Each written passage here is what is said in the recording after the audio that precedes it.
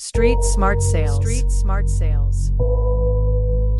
Let's run it back. People, here we go. We are going and putting the DVD back in and selecting the appropriate chapter for discussion, for today's discussion. Today's discussion, ladies and gentlemen, I would like to, I hope, bestow upon you some of the golden nuggets of wisdom that I have received recently from some folks that I've been networking with.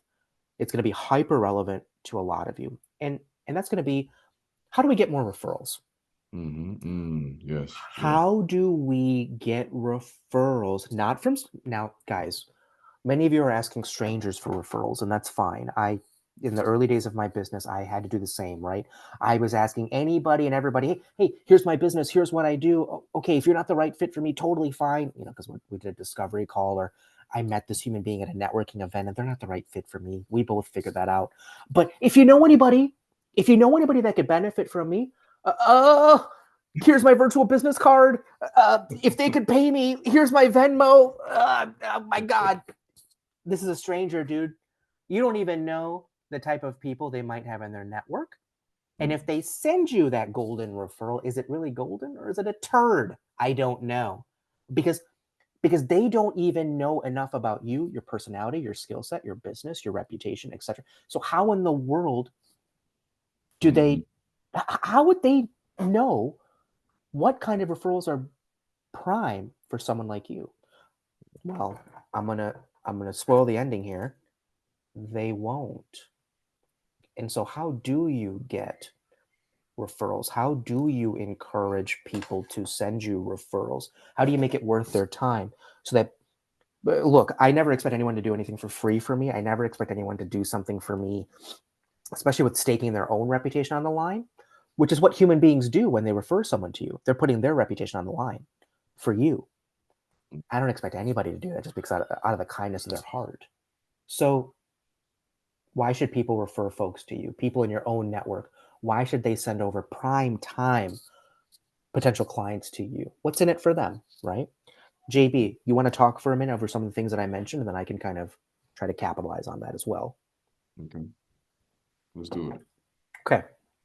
So one of the things that I've learned to do here is, and this wasn't an overnight thing, but when I find that awesome client, we're building a good rapport, we're doing great work together, we're creating magic together, here's one of the things I do to entice them to send in referrals. I always offer a 10% lifetime referral commission. That's not very common in my industry. Most ghostwriters, copywriters, business consultants, sales trainers, grant writers, etc. We do all these things in my business, by the way. Those are like the core things we offer. They offer very minimum, typically 5 to 10% one-time referral bonus payouts, one time. So when that new, if I sent someone to you, JB, and you landed them, whenever they pay their first invoice or whatever, you say, hey, Brian, this person just started working with me. They paid me $1,000 a day. Here's your $100. Thanks so much. And then you'll never get another referral bonus from that person again. That's it. That's kind of like the standard. I want to do things better. So every time someone you send my way pays an invoice with me, whatever that invoice is, you will get 10% of it every time. I don't care if it happens for the next 6 months and then the project is done. Then they come back a year later, work with me for another 2 months. You're going to get paid on that. You will always get paid on that. I put your name next to them as the referral source. So I'll never forget. Next is you have to get very, very crystal clear on what type of clients and what type of work do you want to be doing. I had to get crystal clear on it. Well, I want to be doing more books and even chapters for folks for their book. I want to ghostwrite them. I love these projects. I want more of that. Great. We want more grant writing projects too, because they're very stable as well. And they do a lot of good for a lot of people. So I want to do more good. I want more grant writing projects. And then I want to do more consulting because I've learned so much about sales and marketing and ghostwriting and having my own business. There's a lot of insights I can offer. I want more of that. So how do I get more of those three types of people who have those three types of needs? And I go and I've found them. And now I have to encourage those people to refer their clients to me or people they know, right? So a lot of it is you have to find a gap in that person's business. One of the people that I'm about to partner with him, he does anthologies for folks. Every 3 months, he launches a new anthology.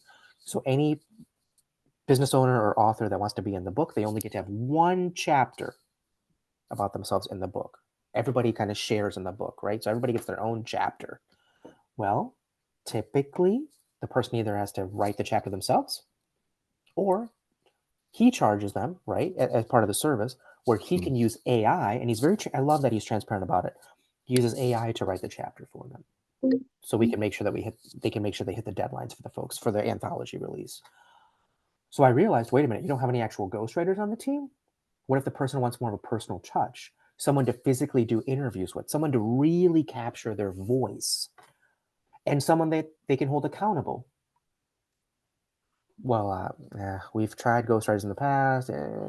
It's been confusing with their pricing. Some of them couldn't hit the deadlines, but okay, so-and-so referred you to me, Brian. I'll hear you out.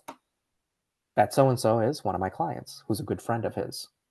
They put in a good word for me. So I got a meeting, and then I took it from there, right? So find ways to fill the gaps, find ways to make it as lucrative as possible for them.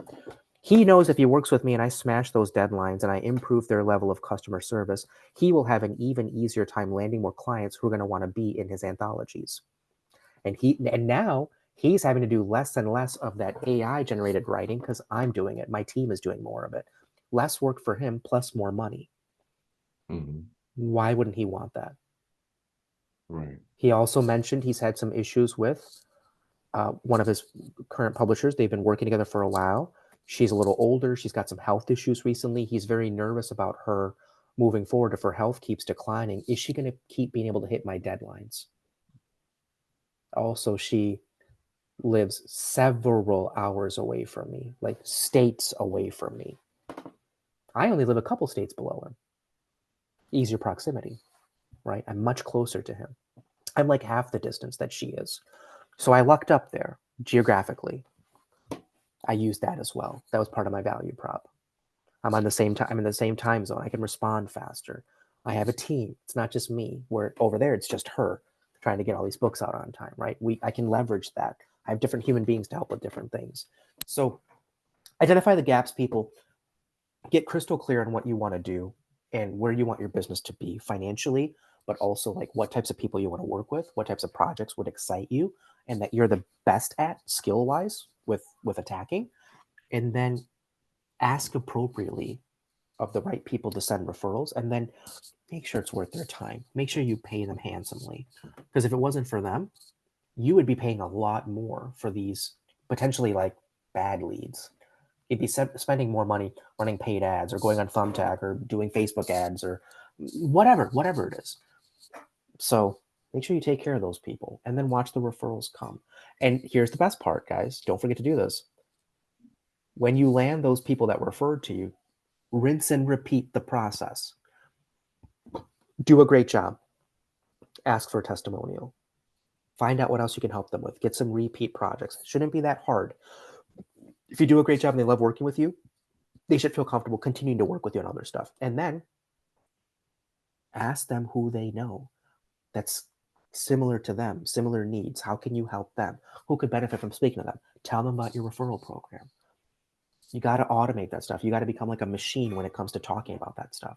It needs to be like embedded in your subconscious. Don't forget to do those things every time.